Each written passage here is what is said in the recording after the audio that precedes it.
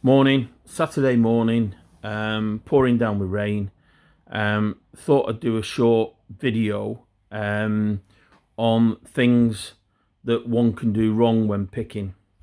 When I started picking, I was losing confidence because I just didn't seem to be able to pick. But a gentleman that I consider the master at picking, Peter Fox at Fox Locks, he went through with me the things that I should and shouldn't be doing. And through his advice, I've now not become bad at picking at all. I'm certainly no expert, but I've not lost the confidence now. I'm happy to go and pick. Peter trained me and will continue to train me periodically, I'm sure, over the next few years, because none of us are long enough in the tooth, or none of us are that good that it's not continued development. We need continued development. Things change, new techniques come in, and often we have to go to people to learn those techniques. So I'm sure that I will see Peter for years to come. So let's go through some of the things that Peter told me, and hopefully if you're new to picking, or if you are just starting out as an auto locksmith, or even if you're struggling, these things may help you. So first of all, the most important thing is that you have got to get some lubricant sprayed in this lock, whether you use WD-40 or whether you use another kind of lubricant. You have got to get this lock, or any lock, sprayed up. That's the first thing to do. The second thing is that when you come to put your pick into the lock, it is very easy to have the pick in and start to pick when the pick isn't all the way in. So first of all, you've got to make sure that the pick is all the way in to the lock. That is important. You've also then got to apply the right tension. None of us know what tension that lock requires. So what we've got to do is we've got to go through a process. So when I start to pick, again, I'll just check that the pick is all the way in the lock. And I put a very gradual, a very slight tension on that pick. And I will go through and pick it once, maybe twice. And then I will move it a little bit more tension. I will go through, pick it once, pick it twice, a little bit more tension, pick it once, pick it twice, and slowly increase the tension. And somewhere along that line, that lock and that pick will find harmony where you've got the right tension and it's the right tension for that lock. So again, start off with a very slight tension, increasing each time you go through the pick. Okay? Next, it's about not overpicking. I was overpicking and I was too heavy with my picking. So we'll talk about heavy picking next, but I'll give you a little bit of advice that Peter gave me and I wasn't doing it.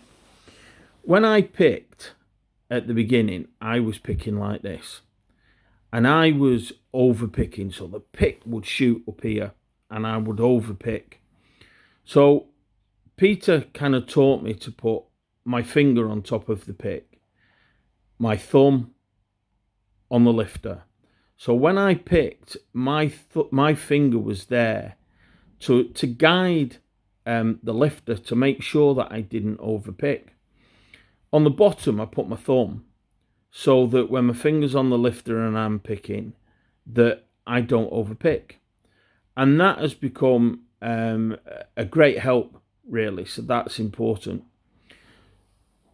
So next, let's talk about picking too heavy, because I was doing that. When picking, you have to be so gentle when picking. Some vehicles will require almost such a gentle touch, almost like I was going to say, almost like a womanly touch rather than a kind of a heavy man's touch. So when picking, it has got to really be a very, very gentle pick. Sometimes the HU92 I've found will take a heavier pick, but there is a process to me getting to that heavier pick. I don't start off with a heavy pick. I will start off with a very slight pick, and that may increase. So again, finger on the top and a very little pick. Also, the other thing that I was doing wrong is often I used to feel there was a pick there and I felt it wanted to pick, but I just couldn't pick it and I didn't know why. So what Peter taught me is that sometimes if you have a pick and you feel it's there but it's not quite picking, just release the tension or just slightly move the pick just up and down, just release the tension. I mean, I'm talking slightly. I mean, don't release it so much that all the wafers click back down and lock the lock, but just release the tension. And sometimes just that little movement like that will make the pick go. So again, no matter how much tension you've got on, sometimes just to get that pick, you may just have to release a little bit, and sometimes just move the pick slightly and you will find that it will click into place. Again, I can't tell you how much it is important that you practice. If you have time to practice at home, then sit with a lock in your hand and a pick and pick. If you have time to practice in between jobs, and practice in between jobs.